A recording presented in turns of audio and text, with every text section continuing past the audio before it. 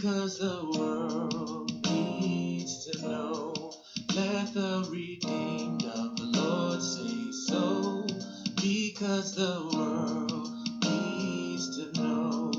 Let the redeemed of the Lord say so, because the world needs to know. Greetings and welcome to Say So, where we talk about it, whatever it is, because what you do not know can hurt you. So let's get to the root. Thank you for tuning in. I'm your host, Letitia R. Stuckey. And today I have a special guest with me. And just to give you a little bit of background on how long we've known each other and how we met one another, I have Miss Shelva Davis with me. And we met because she was my oldest son's second grade teacher. That was about 2012. We teamed up again for the Indie Author Celebration that was held on November 19th of 2016. And actually, the Chronicle, Tim Ramsey wrote an awesome article, and her book is featured in the Chronicle. Her book is entitled Never Alone. So I'll just read you an excerpt from the article. It says, Shelva Davis, author of Never Alone, says her book centers on the tragedy that happened while traveling abroad with her daughter and the struggles both of them suffered soon thereafter. The book is converted from the journal she kept throughout the ordeal. Her daughter read her journal and told her she needed to convert this into a book. Quotation marks. I still cry, and it's 2 years later. I'm just so amazed how good God is, says Davis. We don't know why this happened, but we just have to tell people our story. And we also teamed up again at the Indie Author Workshop. We've had two of them last fall, 2007. That was on October 21st. And we just recently had another one, March 10th of 2008. And the 2018. This one actually, a previous guest that shared her story of survival, Nikia Cole, spoke about attending that one and how impactful that was. And we're actually planning another one this coming fall, so stay tuned. It will definitely be at the Carver School Road Library, and you can contact or ask for Miss Charlene Edwards, which is the one who orchestrates and who works there and who kind of pulls everything together. But as we get started with today's show, Miss Davis, Shelva Davis, has an awesome personal testimony and story of survival that I would like for her to share with you. And I would like, she's selected a special excerpt from her book that's very interesting and intriguing, and it will just pull you in. So I want to have her share that with you. Anthony was driving very fast because he wanted us to get back to the hotel quickly so we could eat breakfast before we had to begin the 6-hour drive back to Nairobi. I asked him to slow back down, but he didn't hear me. Anthony was going so fast on the dirt road that he lost control of the SUV. The SUV tossed back and forth as Anthony tried to control the steering wheel. The gravel and dirt on the road was not helping. I don't remember any sounds, but I saw a pothole up ahead, and a moment later we hit it. As soon as we hit the pothole, the SUV flipped. I told myself to keep my eyes open because I remember someone saying this once in a movie. As we flipped and rolled, I saw the top of the vehicle and a window and then the top again. I do remember I said, Jesus, real loud. When we stopped, I realized that I could not move my left arm. I looked up and saw that my left arm was caught in the open top of the SUV. The top of the SUV was open widely and it has 4 poles on the corners. I snatched my arm out and stared into space. I had been thrown backwards during the crash, and now I was sitting with my back to the driver's seat. I couldn't move my legs, and I thought the worst. Wow. So that right there, it just kind of pulls us into what you have experienced and what you were seeing, how you were feeling. One of the questions that comes up for me is, who exactly is this Anthony character? Is that a real person? Is it a character? Who is he? My book is Based on a trip my daughter and I took to Nairobi, Kenya in 2014. I was doing my spring break. I'm a teacher still. We decided to go to Nairobi because her church in Virginia has a missionary ministry started in Nairobi, Kenya, and so this would give me an opportunity to travel to Africa. And I don't like planes and I don't like water, but I said this is something that I should do. So we were on a safari trip. Anthony is a person; he was our guide, and we were driving back from the safari back to our hotel to drive back to Nairobi. Okay, now you said we. Who was all in the SUV at that time? At the time, Anthony was driving, and Nairobi is still under British rule, so all that car has a driver on the left side, in the front. Okay. Alana and I were in the middle. She was on the right side. I was on the left side behind Anthony, and Alana's father, Lonnie, was sitting behind us. Okay, so you had a fully loaded Mhm. automobile was packed. Okay. Now, was there any harm to your left arm or any injury that you sustained in the accident? No, I Okay. didn't sustain. Well, at the time of the accident, I did not know what my injuries were because I was concentrating on my daughter. Gotcha. And so, tell us a little bit about what you saw or the injury, if you will, that your daughter was afflicted with, or why your focus was on her at that time. I'm not gonna tell too much Okay. because I want the book to be Okay. read. Well, this but is let true. me tell you a little bit. Okay. As a mother, and I know as a human being we have motherly instincts, and I have watched Discovery Channel and everything about how mothers protect their young. So I did not know what my injuries were because my daughter's injuries were severe. Gotcha. Once I saw her, once I saw the condition she was in, I went into mommy mode. I went to protective mode. I went to I need to get my daughter some help. Meanwhile, my brain was saying we have to go to the hospital, but we were 3 hours out in the bush, which took us 3 hours to get back to the hotel.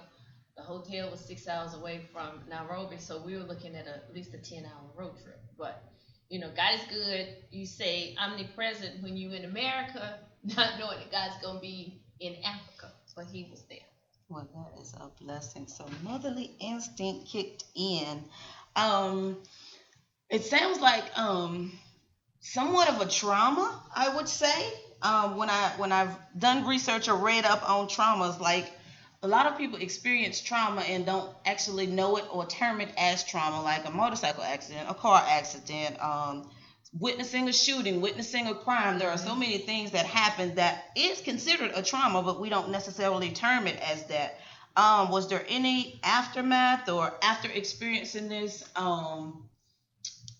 How did you said something about your brain was saying how did your brain record it, or like do you think about it a lot, or what is that process after having that The experience? process when it happened was getting her healed. Mm-hmm. That was my first priority. Gotcha. I did not think about myself. I just wanted my daughter to be healed. The time span we were in Kenya was longer than we expected, but that was due to her injuries. So I didn't find out, or I did not realize the accident happened on a Wednesday.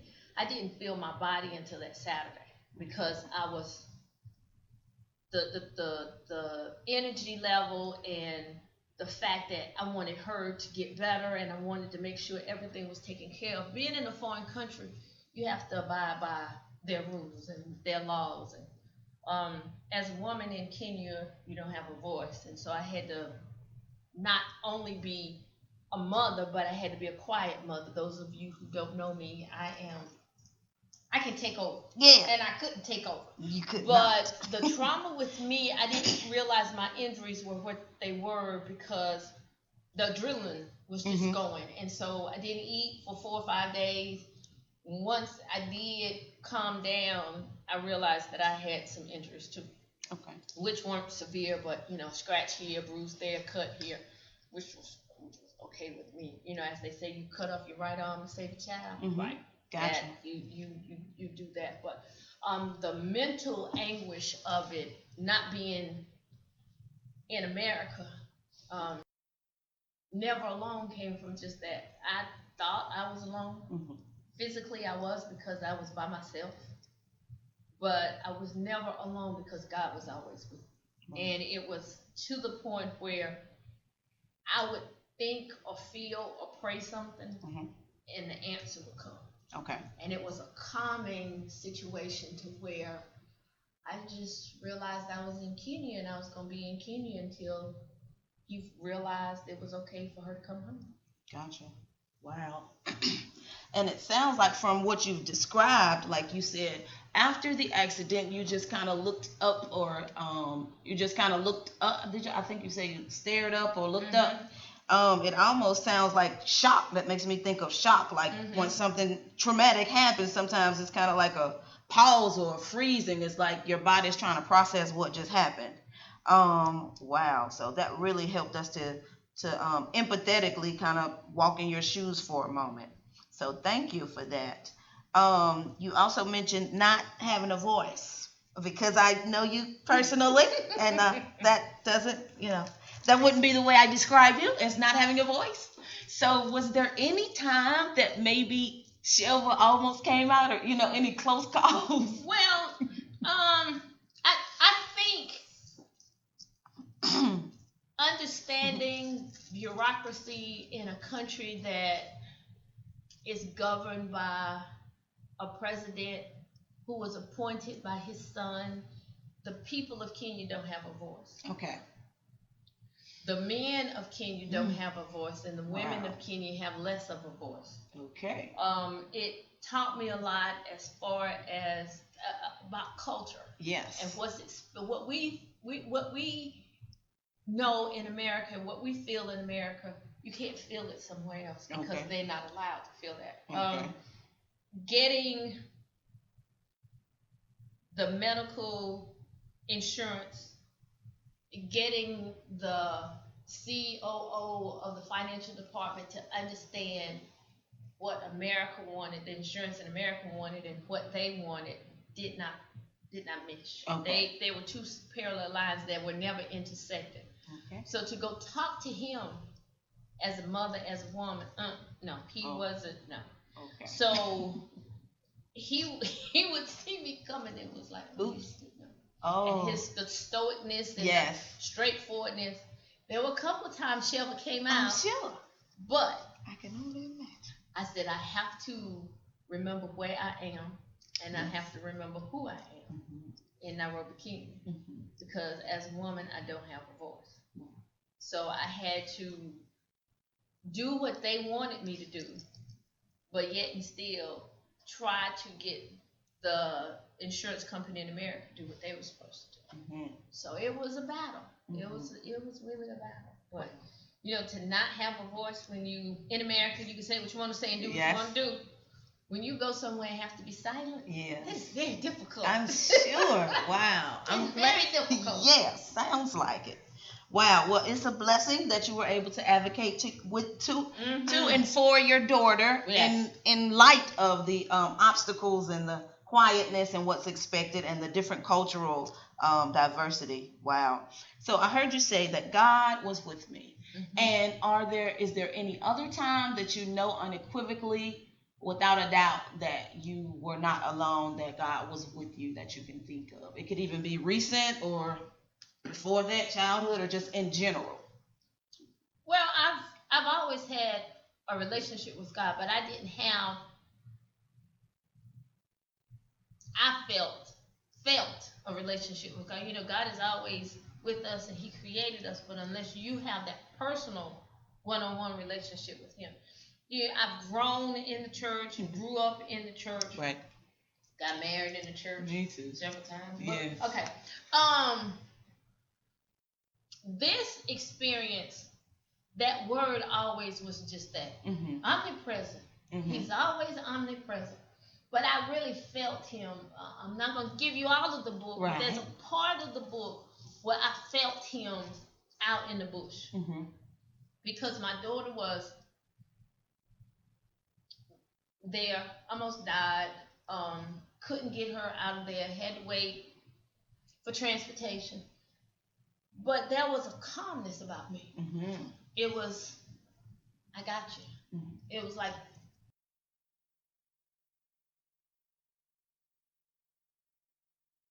I didn't get hysterical. Right. I didn't scream. I didn't holler. Okay. I didn't get upset. I did get scared because the guards had guns. Okay. And I was like, yes. why they got good? And they kept saying the blood. Okay. The animals were coming. Oh, okay. So that's the only time I got scared. But as far as what she went through, the entire time, the doctor and I had a relationship. I'm not going to tell you what he said because that's in the book. Okay. But we had a rapport that he said one sentence to me and it just calmed me. Okay. It no matter what had happened to her, because I told God, I only have one child. Mm-hmm. You only gave me this one gift. Mm-hmm. I'm not saying that you can't take her, but in order for me to be me and to have my sanity, mm-hmm. she had to be here. Paraplegic, quadriplegic, blind, deaf, mute, whatever the condition was, mm-hmm. I could take it as long as she was there. Okay. As long as I can see her and feel her and touch her, I was okay. No matter what had happened to me. Alana has said recently that with everybody being in the car, she was the youngest. So she could bounce back quicker. And at the time, she was 26, 25. Mm-hmm. So she said, Mom, it happened to me because I was the youngest and I can bounce back. You and Daddy old. Mm-hmm. Oh, is that what she said? Gotcha. You and Daddy are old. Uh-huh. So it would take y'all a little bit longer. Uh-huh. And God planned it the way He planned it because during this time, her healing process happened during the summer. Mm-hmm. I was off. Right. I could spend the whole time with her. So God works in mysterious ways. He does. We don't understand, and I always say this, I will never understand why it happened, because that's not my reason for living is to not, well, why did this happen? Well, why did this happen? And I told Alana, and I tell anybody, your birthday is just that. God created you, molded you, put you here on this day. He knows when you're going to die. Right. So in between, He already knows what's going to happen. He just wants you to know that whatever happens, He got you. Whatever the tragedy is, you could lose a job. He planned that. You in a wreck, something tragic. He planned that just so you can come back to Him. And this not only brought my relationship with God better, but it also brought my relationship with my daughter to be closer. Because that quiet time in Kenya, no TV, right, no internet, right, no phone, no music. That quietness is what we're supposed to do in order to hear Him. This is true. And so that quiet time allowed me to say, oh, I can do this. I don't have to have a TV. I don't have to have the music. I don't have, and just meditate on Him. And it's amazing how He will answer you as long as you sit still and listen. Wow, that's awesome. That's something I'm working on. I'm tweaking that purposely, like setting aside time to do that because I know that it's important. It's like you get your instructions for the day and all that. You get filled up. If you're on E, if you're empty, He has time to pour into you before you go out and maybe have to pour into somebody else. Right. Because we never know who we're going to meet. Wow. So I've read the book and everything, and I felt like I've always wanted to go to Africa because that's motherland, right? That's where we're from, Boombaye.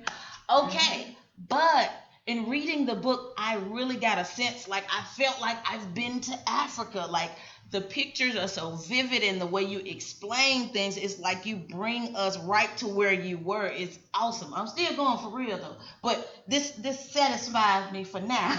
You get just a little appetizer. You do. To get into Nairobi, I had never thought I would go to Africa. That was, to get me in a plane is a big thing. Okay. To get me in a plane for 12 hours plus is an even wow. bigger thing. I'm claustrophobic. So okay. The part that I don't know, I could cry now. The people of Nairobi, Kenya, were so open and loving. Wow. When Alana was in the ICU, it was a family whose mother was beside her, and it was like every day it'd be somebody different, Mm-hmm. or 2 or 3, Okay. and then 4 or 5 come in, Okay. and they would be different. And so I was Shelva. Mm-hmm. I said, "Excuse me, who is this to you?" And the lady came over and she said, "This is Mommy."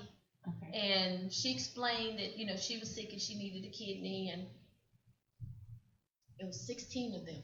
Wow. And they would come maybe 1 or 2 during the week, but on Sunday they all would come. Wow. And then the church would come, and then the pastor would come, and they had church service, and I had church service. Exactly. Right. But I just felt so bad because they had to leave because they didn't have any money for the operation. Wow. But they don't have insurance. Right. But it was more of they care for their mother, but yet still they care for me and Alana, because they would bring me food, or they would bring me up some fruit. Mm-hmm. And you're America. Yeah. And I'm like, yeah, America. Yeah. And so even going through the hospital, because I was there so long, I lost my name. I was Alana's mom, because they knew Alana was in the hospital. But it was a thing where the smiles, Mm-hmm. the fact that they live the way they live, Mm-hmm. no running water, no toilets, no, what we have, no. But the smiles are just like overwhelmingly gorgeous to make you feel like, can I hug you? Right. Because I'm going through what I'm going I want through. some what you get. And you going through what, but you smiling. Right. And that's why I felt so in awe when I came home, and the ugliness that we see every day. You see the ugliness over there, but they smile through it. Wow. It's just amazing. And I would tell everybody to go once. You don't have to go to Nairobi, go wherever you want to go, but go once. Okay. And don't go in the city. Okay. Go to where they are. And they will give you whatever they have. It's just amazing how we just take what we have for granted. And the none that they have, they still have it. Wow. Grateful.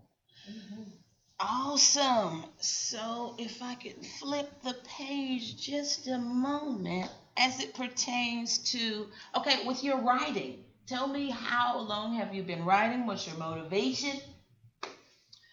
This is my first book. Okay. I did not think of it as a book. I kept the journal. Okay. My sanity in Nairobi was a hit and miss. I would cry a lot. I call my sisters a lot. I have one in Georgia and one in Kentucky. They said call anytime, but my brain was not working. I was calling. My telephone bill was $2,000, almost $2,000. Wow. All right. But it was to the point where you need what you need, and I needed a friendly face. Couldn't get that, so I needed to talk to somebody. And the journal that I kept, because I just had to write something down, like what happened this day and what happened that day. Alana's memory was lost when she hit. The accident happened up until the end of April, so she has no memory of the hospital stay, what I went through, what she went through. So I kept a journal and I gave it to her, and I said, okay, you read this. And she said, I don't understand your handwriting. Oops. I don't know what this means. This is not making sense. You're writing in code. And so writing at 2 o'clock in the morning or 4 o'clock in the morning, whenever I felt it. Right.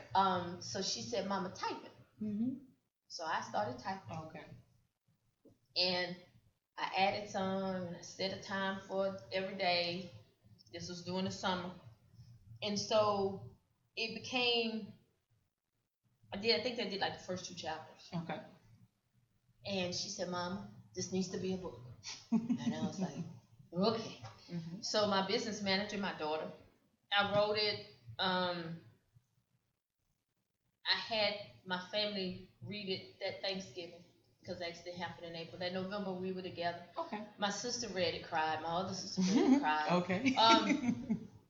But you can't have someone that you know read what you wrote. Okay. you have to have an outsider. So we sent it to an editor. I cried when I got it back because she cut my book in half. But Okay. it was an interesting process. Yes. But it got published. I'm thankful. Yes. It sold some copies. I'm thankful Yeah. for that. This is good. So in my brain, the first workshop we had. Okay. We were talking about everybody writing another book. And so I said, it just came to me. I said, okay, I've experienced this not once but twice, so I will do my second one starting as soon as possible. Right. I'm not gonna put a date on it. Okay. The experiences that you have in life, you don't know how it will help someone else. Exactly. And the thing with me is that I have had people who I don't know who either called or responded on Amazon to say how the book, and even the local people I've done, and I've done some in Asheville, have said how much this book has helped them know that God is with us. And we take it for granted sometimes. This is true. So this was a good experience, and I will slowly but surely do my second one. Okay, slowly but surely. Yeah, by August of this year, we finish. I just know I just have to write it. August of this year? Oh, well, glory. Well, that's beautiful. Okay. Wow. Well, I too can attest that it is, it's an experience. It's more than just a book, it's an experience. Wow. So, out of a tragedy comes a triumph. This is true. Even your book helped me. You think you're going through stuff alone, and I'm plugging my book, but I'm just saying, as a woman, as a person, as a mother, as a single mother. Let me say that adjective before I say my noun. We feel like we're going through this alone. Yes. And through indie authors, the 7 of us got closer because we all have something in common. We have a thread that hooks us together. Remember, we did the Women's Sunday emotional. Healing for damaged emotions. Healing for damaged emotions. Yep. We had a lot of threads connected. We did. But that in itself is like, you just have to find that person. And through reading a book or through indie authors or through some ministry or some workshop or something, you're going to find another woman that's been with you, that's been through it with you, that's been through it by herself, but you have that connection. You just have to be able to stand up and say, I'm human. This is what I've been through. Because it'll make you better, it'll make you stronger. It will, and definitely help in the healing process. I remember when I found out that my youngest son, Philip, was diagnosed. Well, he measured, I'm careful, select my words well. He measured on the autism spectrum. He measured with autism spectrum disorder. And you were one of the first people, and I guess the Lord dropped you in my spirit. I'm like, who can I talk to? Like, because I wasn't doing so well at that point because it kind of blindsided me. And just the words that you told me about speaking positive. And if you are positive and if you speak positive, then he'll be okay. And I have always remembered that. So thank you for that. And had you not gone through your experience, I wouldn't have known. If I didn't ask Shelva, who would have I mean, because I didn't call anybody but you. So who would I have called? Yeah. So that's a blessing. Writing is so therapeutic. So to our listeners, if there's anybody, I don't know where you are in your healing process, or if you don't like to write or record yourself or whatever, but it's important to get it up and out, to get some form of release and ventilation for your emotions, your feelings, your experiences. So I definitely encourage whatever, journaling, writing, poetry. There's so many. It's a whole gamut. It's called expressive arts therapy. It covers poetry. It covers writing letters. It covers journaling. It covers dancing, singing, music. I mean, it's a whole conglomerate of things that you can do to help to heal yourself, to help get things out.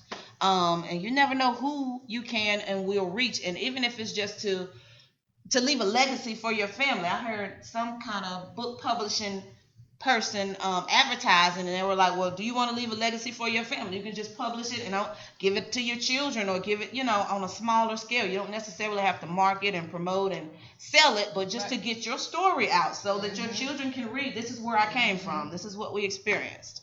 So wow, that's awesome. Never alone. He said he'd never leave nor forsake us, but be with us always. Wow. So that's awesome. Regardless of the country. This is true. This is true. This is so very true. So let's see. Is there anything else? Is there anything that you can think of that you would like to leave with the listening audience? Speak maybe purposely to a single mom or a mother whose child is ill, or anything that you want to read, or anything that comes to mind.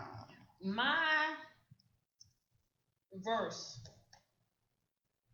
and it came to me, and it did not come to me. God put it in my spirit. Let me say what I'm going to say. God put it in my spirit. Psalms 23:4. Yea, though I walk through, that word through.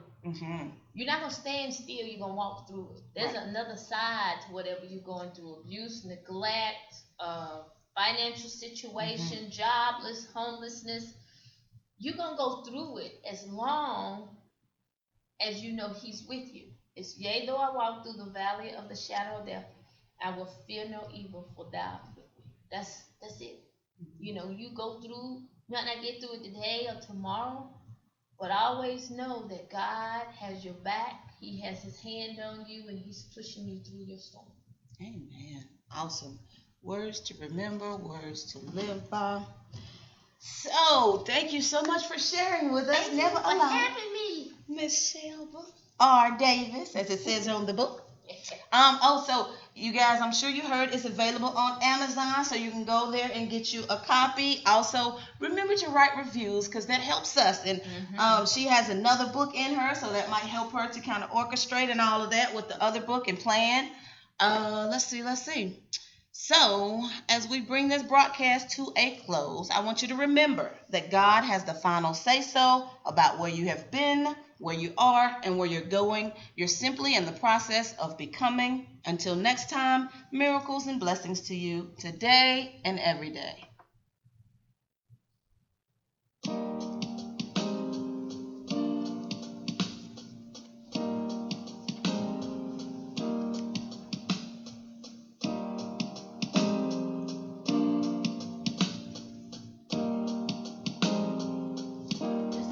Let the redeemed of the Lord say so, because the world needs to know. Let the redeemed of the Lord say so, because the world needs to know. Let the redeemed of the Lord say so, because the world needs to know. Let the redeemed of the Lord say so, because the world